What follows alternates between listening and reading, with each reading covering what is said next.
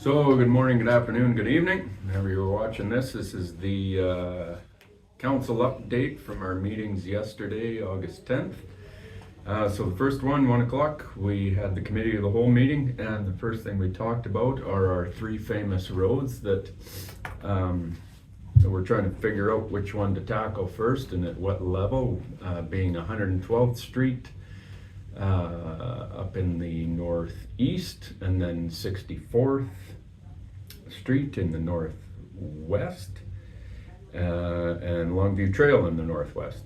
So all three of those roads are kind of our top ones that we know we need to do either more aggressive maintenance on them or start to look at rebuild. So 112th Street was the one that we had allocated some money to for doing some geotech work and everything, and that was completed by ISL, and so they came back to the road's in a little bit better, the base is in a little bit better shape than we thought it was, so which is good news, but it's still one of those things that if you're going to do it, you do it right and get at it, and it looks like a full rebuild of that road is really what's required for the best bang of the buck and for the longevity of it. So estimated costs are at about 1.3 million plus engineering, so you're going to be at least 1.5, but those are only estimated. So that request will now come back to the 2027 budget deliberations that we'll start having in the next month or so. At the same time, Longview Trail, Cold Trail, that was discussed, as well as 64th Street. That was discussed as to where all three of these sit on our priority levels and which one does council wish to chew on first. So I'll get into that one a little bit more as we go along through this. Next one was just a simple infill development permit that Michelle brought to us. Just a heads up for council, and there's no concerns that council had on that one, so we gave it our blessing. Subdivision Development Appeal Board decision. So this goes to our famous 605 McLeod Trail. So of course the developer, we declined the original application. He appealed it through the appeal board. They came back and said, here's the conditions that you have to meet in order to seek approval of it, which the developer did come back with those changes, most of which, are fine, other than the council is a little bit quite concerned with the access points, and there only being one access, and it's kind of being directed all down the laneway, the rear laneway. So we're asking for them to go back to the developer and for planning to reconsider about allowing a access egress off of McLeod Trail as well, so that you've got an in and out, whether it be for the residents themselves or garbage trucks is the other big one that was brought up. So those things, but then it gets into landscaping requirements. But at the end of the day, this developer is meeting the requests from the Development Appeal Board. So there's some minor tweaks that have to be done yet, but I'm sure they'll work through those items, and then it'll come back again to council for final approval if it meets all of our requests too. So that one's continuing on. At the end of the day, this project, something will be built there. There's no question. So we'll move on for today. Northeast ASP transportation corridor alignment. So this is going back up into that 112th Street area in the northeast, and the part of the ASP that we're working through does have a road alignment through the 112th Street properties that we call them. So that was brought back to council just for final look through, it got the approval of the landowners as to where that road would go. So we came back to council just for our final look at it, and now everybody's on the same page with where that road will go one day. And now it'll get back to the consultants that are putting the ASP together. We'll get a draft version of the final ASP, and then the ASP will be approved. So that one's moving forward as well, which is happy for everybody. Then there was a major development permit application that had some variances attached to it. This is a project up off of 24th and 4th, kind of across from the Autoplex on the east side. There's some existing infrastructure that's in the ground that was put in back in 2007. So the developer's trying to work around the new owner of the property. The developer is trying to work around his buildings and stuff, and storm drainage and everything else, and landscaping requirements, sidewalk requirements, all those kinds of things. So that's what came back to council, just as kind of a here's what's going on, just so that we know when we get questioned about it. But no development permit has been fully submitted yet, so there's not a lot we can do other than just make sure that any major red flags that council had were addressed at this time. So that's all that one was. Q&A from council to administration. Councillor McGonigal asking about sidewalk repairs, and there's one on 3rd and 3rd that administration was already aware of that they're addressing. Councillor Jones asking about there's an area around Fast Gas there that needs to be cleaned up with weeds and stuff. I think it's more in the boulevards and the disc, but get that cleaned up as well. So that was the committee of the whole meeting. Regular council meeting at 3 o'clock. The first one, we had a delegation from KFM Investments, who owns the Fountain Tire building. So Ken Friesen came, and they're experiencing some drainage issues, and there's a berm that's in behind those buildings, and seems to be that the water and snow melt coming off that berm is leaking into their properties, is what's being reported to us. So we're trying to figure out what to do. There was a plan that came to us last year about dealing with the berm, but it got extremely expensive, and council declined to move forward with it last year simply because the berm has Fortis power poles on it, and Fortis wants us to, if we're going to do anything to that berm, they want us to underground those lines to the tune of about $750,000 in order to do just that, and then dealing with the berm was another $500,000. So it's a tough pill to swallow on such an isolated piece at $1.25 million. So council's put it back to administration to seek other options as to how we might be able to deal with this, and also seek through Fortis as to what are all our options there, and do we have to spend all this money going underground, or is there other ways of getting around this to help these guys out? So so that's where that one was. In the public comment section, so the first one that we had come, lady that presented, Donna Larson, just talked about the High Country Drive roadway and the report that was in the agenda today. And she's very, very happy with that report, and knowing that it outlines all the safety concerns that are along High Country Drive. And you can listen to the whole thing on the YouTube, because it was quite an extensive conversation that we had about High Country Drive, and the future of it, and how we deal with some of the safety issues, and why there's so much traffic on there, and what to do about it.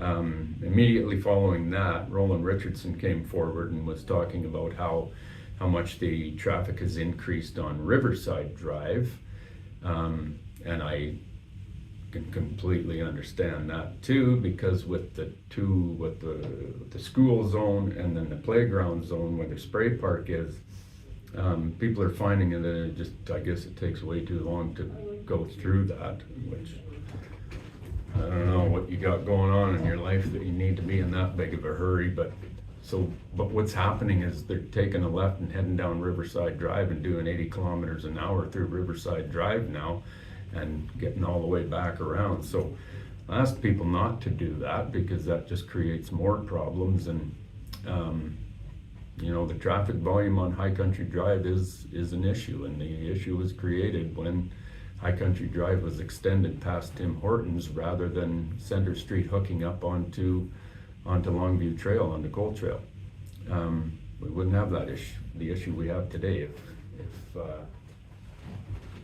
if we had Center Street connected directly to Longview Trail. But that's a whole other project, a whole other problem. So next one that came to us was Ken Wardley came forward and was, I wasn't happy about it because he was throwing out a whole bunch of completely false allegations about 64th Street and Longview Trail and all this weird history about it. And so you can watch that discussion on there. There wasn't a lot of validity to it, so I didn't address what the root question that I could figure out was. I addressed that, but I also addressed the false accusations that he was throwing out there. Not appreciated, and I'll deal with it every single time. So then we went into janitorial contract for the Bob Snodgrass Recreation Complex. So Alex presented, and this is getting Service Master to do all the cleaning and everything properly, and the disinfecting with the washrooms and the change rooms and everything else. And yeah, it's a big project, and so we gave the green light for that contract. Heritage Inn International Balloon Festival. So we ran into a problem with this year's balloon festival in that the old launch site, not the glow site, but the old launch site, the Adams property that everybody refers to it as, the owners of the property are refusing to allow the balloons to launch from that site this year. So we have to find an alternate location. So where that location is going to be is we're going back to Wallaceville and back to where the glow is. So the launches, the morning and afternoon launches, will take place on the west side of Center Street in Wallaceville. And then those that want the spectator parking and everything is going to be on the east side in the old Wallaceville areas and up on the upper bench there where the old Willows condos used to be. So hopefully it'll work great. Speed limits during the launches, Center Street will be reduced to 30 kilometers an hour. So if you've got your massive commute from the northwest into downtown or something, just leave that 48 seconds earlier and you'll be just fine. But it'll only be 30 kilometers an hour while the launch is going on, which is about an hour, and then it goes back to 50. So the launches are from about 7:30 to 8:30 in the morning, and then 4 to 5 in the afternoon. So we're going to try it out over there, and hopefully everything goes smoothly and everybody respects everybody, because it's such a cool event, and we want to make this thing happen properly and safely. So all good. Asset retirement obligations. So Jordan just came with a budget amendment now that we know what our commitment to these asset retirement obligations and contaminant sites consulting. This is requirements that the Alberta government put in place, so we had to allocate money out of the budget to, or a budget amendment to that, to add $46,000 to get that project going. So somebody calls it red tape reduction, but I don't know. Your choice, not mine. Variance application for 2nd Street Southeast. This was just another one that that was brought to us. On 2nd Street, right? Yeah, this one came to us a few weeks ago in Committee of the Whole.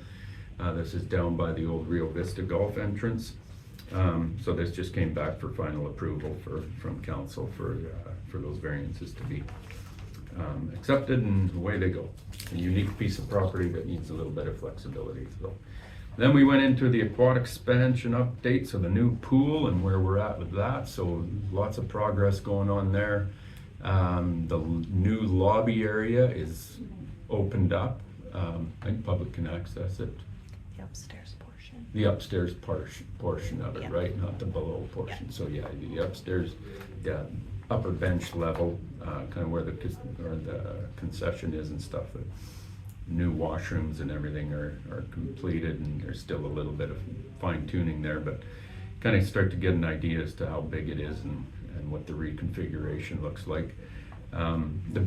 The big piece is going back to, as I mentioned a few weeks ago, one meeting, that the sandblasting on the rafters that had to take place in the old pool section.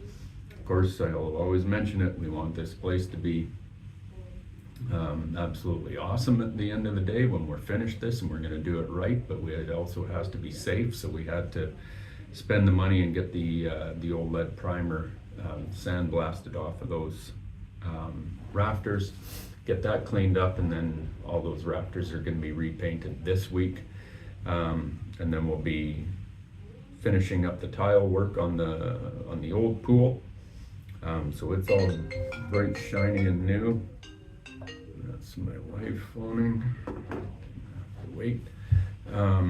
So once they get the tile work done and start doing safety inspections and everything, we're still slated looking at November opening. So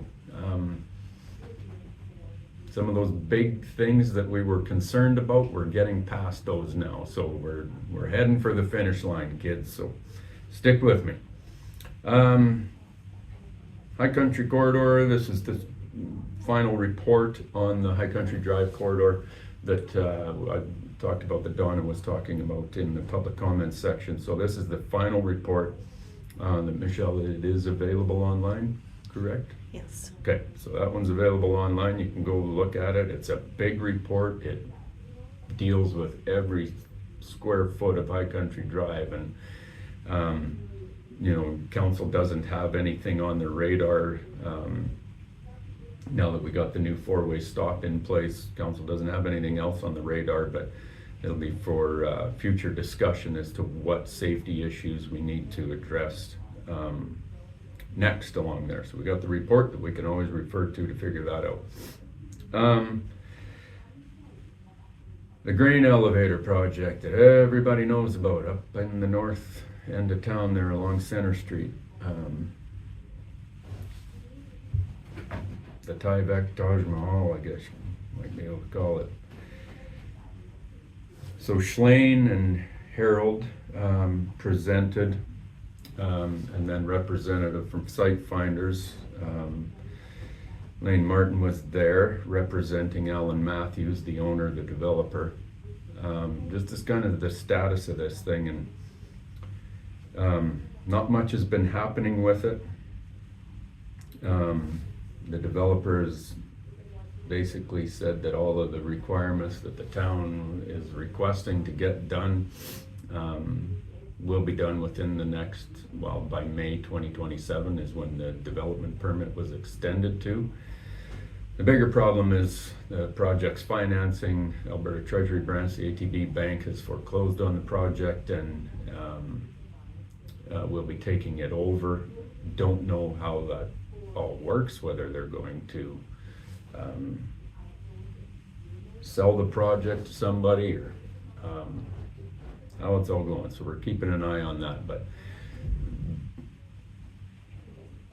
the safety code violations and deficiencies have not been addressed. So unfortunately, the thing's going to be sitting there like it is for some time, until ATB is able to find a buyer and a developer that wants to take on and finish that project.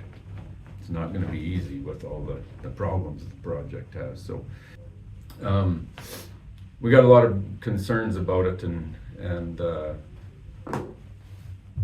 as much as anybody else does. So we've got a strong eye on it. There's a stop work order on it till they get these deficiencies done. They can't do anything else, but with ATD involved now, it's a bigger mess than we were hoping for. So, but at least maybe things will start moving in the right direction. So, Alberta Municipalities Board of Directors nomination. So this is for Councillor Jones. She's got a couple of positions that she's putting her hand up for with the Alberta Municipalities Association Board of Directors. So of course council gave her the green light. She needs permission from council to be able to do it. So we gave her the green light to submit her nomination, and hopefully she gets elected, because she's absolutely fantastic in that role for the town, for us. It's a huge benefit, as well as for Alberta municipalities to have Jenny on that is a huge asset for them. Board and committee minutes, there's a few of those on there that you can read in the agenda or watch. They're there.